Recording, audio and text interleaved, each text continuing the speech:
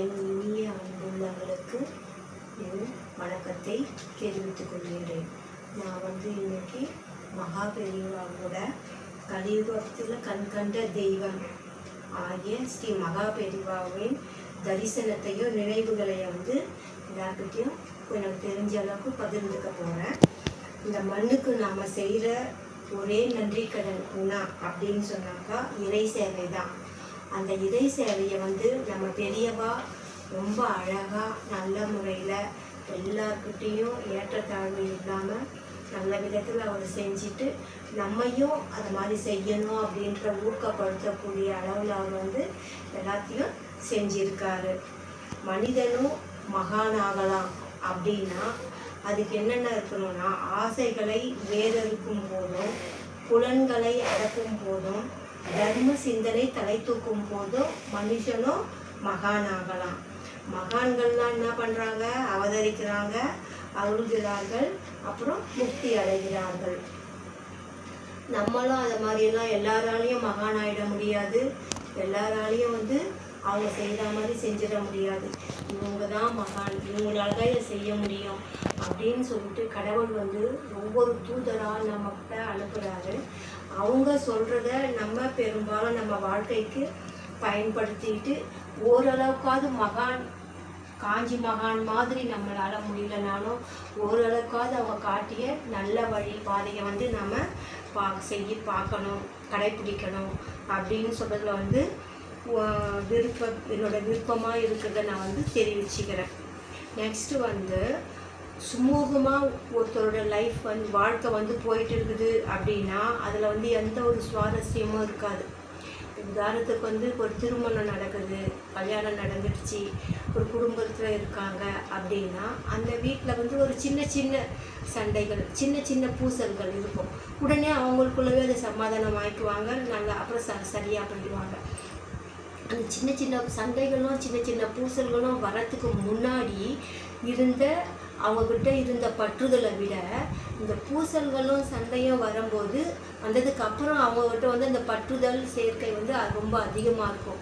யாருக்கிட்ட வீட்டில் இருக்கிற பெரியவங்க ரொம்ப உரிமையாக எல்லாத்தையும் கேட்குறாங்களோ பண்ணுறாங்களோ அவங்கக்கிட்ட தன்னை மீறிய அளவு கடந்த அன்பும் பாசமும் உரிமையாக வச்சுருக்கிறதால தான் அவங்கக்கிட்ட எல்லாத்தையும் அவங்க கேட்பாங்க, பண்ணுவாங்க, செய்வாங்க. அதை மாதிரி இருக்கும்போது நம்மளும் ஒரு ஏதாவது ஒரு மீட்டிங்கில் இப்போ நடக்குது, கூட்டம் நடக்குது, ஒரு ப்ரோக்ராம் ஏதாவது கலை நிகழ்ச்சி ஏதாவது பண்ணுறாங்க, ஒரு ஆன்மீக உரை எவ்வளோ நடக்குது அப்படின்னு சொன்னால் அந்த இடத்துல ஒரு சின்ன சலசலப்பு, அதுக்கு எதிர்ப்பு தெரிவித்து யாராவது ஒருத்தர் வருவாங்க. அவங்க எதிர்ப்பு தெரிவித்து வரும்போது அந்த இடத்துல என்னாவது எதிர்ப்பு தெரிவித்தாலும் ஒரு நம்ம பேப்பரில் எல்லாம் வரும்போது அந்த ஆன்மீக கூட்டத்தை பற்றியான செய்தி என்னாவது எல்லாருக்கும் தெளிவாக தெரிய ஆரம்பிக்குது. அது எது சின்ன காரணமாக இருக்குது? ஒரு சின்ன பூசல் தான் அதில் காரணமாகுது. இப்போ ஒரு கல்யாணம் நடக்குது அப்படின்னா அந்த கல்யாணத்துக்கு நிச்சயம் ஆனது ஒரு ஏற்பாடாக கல்யாண வீட்டில் இருக்கிற அப்பா அம்மாங்க உறவினர்கள் எல்லாம் செஞ்சுட்டே வருவாங்க. வந்தாலும் அந்த கல்யாணம் பண்ணுற பொண்ணோட அப்பாவுக்கு அம்மாக்கோ ஏதாவது சின்ன சின்ன பூசல்கள் வரும், குட்டி குட்டி பூசல்கள் வரும். உடனே அது சரியாக போயிடும்.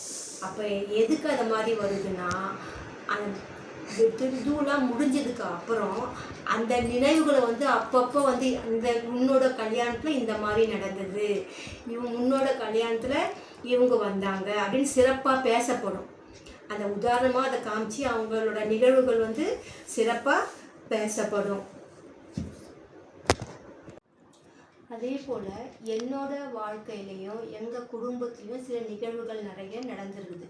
அந்த நிகழ்வுகள் நடக்கும்போது நம்ம சோர்ந்து இருக்கிறோம் அப்படின்னா அந்த நேரத்தில் நமக்கு ஏதாவது ஒரு செய்தி, ஏதாவது ஒரு அறிகுறிகள் வரும். இப்போ திடீர்னு டிவி பார்க்குறோம் நம்ம, ஆனால் மனசளவில் ரொம்ப காயப்பட்டு இருக்கிறோம், இல்லை சோர்வாக இருக்கிறோன்னும் போது டிவி பார்த்துட்டு என்னக்கா அதில் ஒரு சின்ன ஏதாவது ஒரு செய்தி வரும். அந்த செய்தி நம்மளோட அந்த நிகழ்வுக்கு ஒரு வழிகாட்டி போல் இருக்கும். அந்த மாதிரி எனக்கு ஏதாவது ஒரு மனசு கஷ்டமாக இருக்கும் போதெல்லாம் என்னோட ஃபோனில் இல்லை டிவிலேயோ பெரியவாவோட மெசேஜ் வரும். அதில் வந்து என்ன வரும்னா, நான் வந்துட்டேன், நான் வந்து கொண்டே இருக்கிறேன், இனிமே வந்து உனக்கு எல்லாவற்றிற்கும் நான் பக்கத்துணையாக இருப்பேன். அந்த மாதிரி பெரியவாவோட ஃபோட்டோ போட்டு எனக்கு மெசேஜ் வரும். அப்படி வரும்போது நான் வந்து தெம்பாயிடுவேன். ஏன்னா அதுலேருந்து நான் மீண்டு வந்துட்டு, நமக்கு பெரியவா கூட இருக்காரு, இது வந்து இப்போ இது மாதிரி நடந்ததுக்கு பெரியவா தான் நமக்கு ஏதோ ஒன்று உணர்த்ததுக்காக இந்த மாதிரி நமக்கு புரிதலுக்காக இந்த மாதிரி செஞ்சுருக்காரு அப்படின்னு யோசித்து அதுக்கான சொல்யூஷன் என்னமோ அதை மாதிரி பார்த்து செய்வோம், பண்ணுவோம். அதே மாதிரி பெரியவா சொல்வார், வாழிய பல்லாண்டு பரிபூரண பேரானந்தம். இது எனக்கு வந்து இன்னைக்கு வந்த மெசேஜ் ஃபோனில். இன்னைக்கு மத்தியானம் வந்த மெசேஜ். எனக்கு காலையில் ரொம்பவும் மன வருத்தமாக இருந்தேன். 6:30 மணிலேருந்து ரொம்பவும் மன வருத்தமாக இருந்தேன். வீட்டில் ஒரு இன்சிடெண்ட் ஒன்று நடந்தது எங்கள் பையனுக்கு. இப்போ நான் நினச்சி உண்மையிலே பெரியவா கூட நினைக்கல, எனக்கு ரொம்ப பிடிச்ச கிருஷ்ணாவையும் நினைக்கல. ஆனால் என் பையனுக்கு வந்து எல்லாம் பண்ணி வீட்டில் வந்து படுத்து தூங்கிட்டு இருக்கான். அப்போ திடீர்னு சரி ரொம்ப நேரம் ஆச்சேன்னு சொல்லிட்டு ஃபோனை எடுத்து திறந்து ஓப்பன் பண்ணி பார்த்த உடனே எனக்கு பெரியவாவோட ஃபோட்டோ வருது. அதில் கீழே வந்து வாழிய பல்லாண்டு பரிபூரண பேரானந்தம் அப்படின்னு சொல்லி வந்த உடனே எனக்கு என் காலையிலேருந்து இருந்த என் மனசில் இருந்த அவ்வளோ கஷ்டமும் இதுவும் வந்து எனக்கு எல்லாமே போயிடுச்சு. பெரியவா இருக்கிறாரு, பெரியவா நம்மக்கிட்ட கூடவே இருக்கிறாரு அப்படின்னு சொல்லிட்டு ரொம்பவும் தைரியமாயிடுச்சு. ஓகே, இதுக்கப்புறம் நம்ம பையனுக்கு எதுவும் இல்லை, நல்லா ஆகிடுவான் அப்படின்னு சொல்லிட்டு நினச்சேன். அதே போல் இன்னொரு இன்சிடெண்ட் என்னென்னா, எங்கள் பொண்ணு வந்து மாசமாக இருந்தால் டெய்லி செக்கப் தான் போனோம் ஹாஸ்பிட்டலுக்கு. செக்கப்புக்கு போயிட்டு எல்லாம் ஓகேவாயிடுச்சு, முடிஞ்சிருச்சு, வீட்டுக்கு போகலாம் அப்படின்னு சொல்லிட்டாங்க டாக்டரு. போகலான்னு சொல்லிட்டு திருப்பி என்ன பண்ணாங்க, கூப்பிட்டுட்டு ஒரே ஒரு இது மட்டும் எடுத்துடலாம், ஸ்கேன் மட்டும். பேபியோட பல்ஸ் வந்து ஏதோ ஒரு பேபி, ட்வின் பேபி குழந்தைங்க பிறந்தது, கொஞ்சம் பல்ஸ் வந்து அப்நார்மலாக இருக்கிற மாதிரி இருக்குது, அதனால் ஒரு ஸ்கேன் ஒன்று எடுத்து பார்த்துடலாம் அப்படின்னு சொல்லிட்டு ஸ்கேனுக்கு கூப்பிட்டு போனவளை என்ன பண்ணிட்டாங்க, அப்படியே கொண்டுட்டு இல்லை உடனே வந்து டெலிவரி பண்ணி ஆயிடணும், சிசரின் தான் பண்ணணும், நமக்கு வந்து வெயிட் பண்ணுறதுக்கெல்லாம் நேரம் கிடையாது அப்படின்னு சொல்லிட்டு சொன்ன உடனே நான் எதுவுமே கையில் காசெல்லாம் கூட எடுத்துகிட்டு போவே இல்லை. இப்போ எப்படி எலெக்ஷன் பீரியடோ அப்போவும் அதே போல் எலெக்ஷன் பீரியடு, வீட்டிலேருந்து வரவங்களும் வந்து காசெல்லாம் நிறைய அமௌண்ட்டும் எடுத்துகிட்டு வர முடியாது. சரி சொல்லிட்டு நான் இப்போ எதுவும் பண்ணாமல் சரி இருக்கிற காசை ஃபஸ்ட்டு கட்டுவோம் அப்படின்னு சொல்லிட்டு பர்ஸை திறந்துட்டு காசு எடுக்கலான்னு சொல்லிட்டு எடுக்க போகும்போது நான் பர்ஸு சைடில் வந்து என்ன பண்ணேன், கிருஷ்ணரோட ஃபோட்டோவும் பெரியவாவோட ஃபோட்டோ ராகவேந்திராவோட ஃபோட்டோ இருந்தது. இதெல்லாம் வந்து என்ன ஆயிடுச்சு, கிருஷ்ணர் ஃபோட்டோ, ராகவேந்திரா ஃபோட்டோ, பெரியவர் ஃபோட்டோலாம் இந்த ஹாஸ்பிட்டல் பில்லு அது இது வைப்போம் பாருங்கள், அப்போ வந்து எல்லாம் உள்ளே போயிட்டு இருந்துச்சு.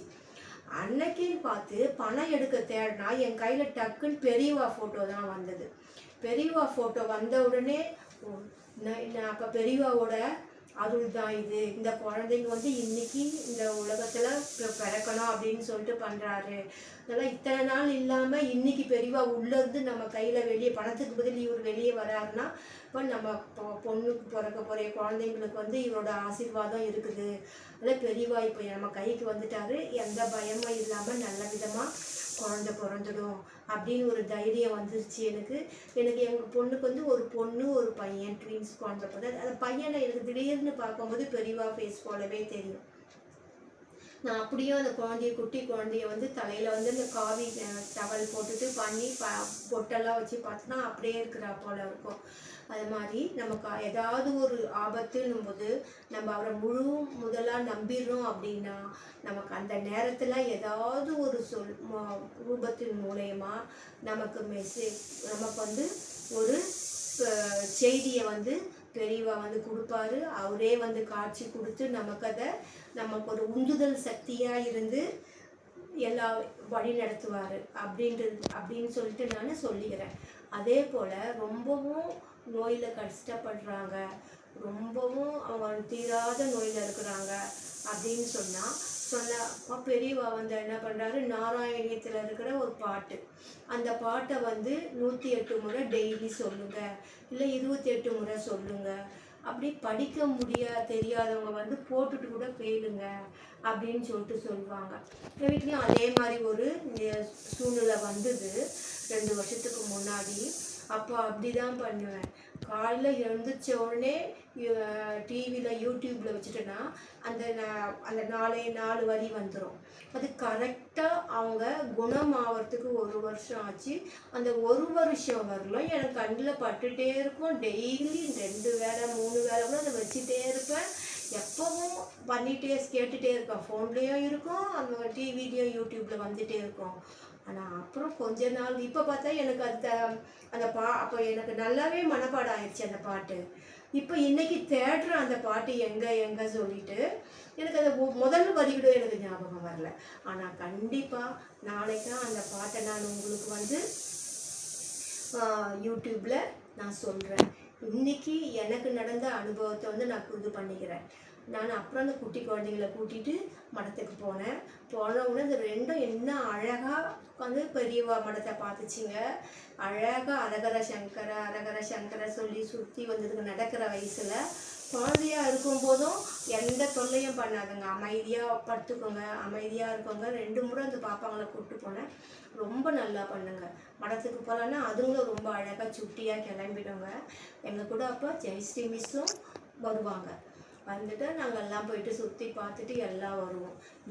இன்னொரு டீச்சரும் வருவாங்க. இப்போ ரீசெண்டாக எங்கள் பொண்ணு வந்து போயிட்டா, வெளிநாடு போயிருக்காங்க குழந்தையோட. அப்போ ரொம்ப கஷ்டமாக இருந்தது. அந்த டைமில் சசிகலா டீச்சரும் ஜெயஸ்ரீ டீச்சரும் வந்து என்னை வந்து வெளில போகலாம், மடத்துக்கு போகலாம். ஏன்னா எங்களுக்கு பிடிச்ச இடமே ரொம்ப பிடிச்சவே மடம் தான். மடத்துக்கு போகலாவா அப்படின்னு சொல்லிட்டு என்னை வந்து கூப்பிட்டு போனாங்க. கூட்டிகிட்டு அவங்களோட போயிட்டு மடத்தில் போயிட்டு உட்காந்துருந்துட்டு சுற்றிட்டு பெரியவாக்கு நன்றியும் சொல்லிவிட்டு, ஆனால் அந்த கஷ்டம் இருக்கும்போது அதையும் பெரியவாக்கிட்ட எல்லாம் சொல்லி பண்ணிவிட்டு கொஞ்சம் அப்படியே ரிலீஃப் ஆன மாதிரி இருந்தது எனக்கு.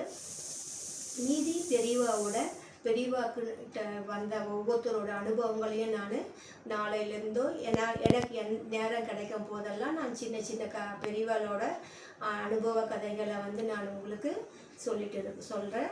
இதுவரையிலும் கேட்டதுக்கு ரொம்பவும் நன்றி சொல்லியிருக்கிறேன்.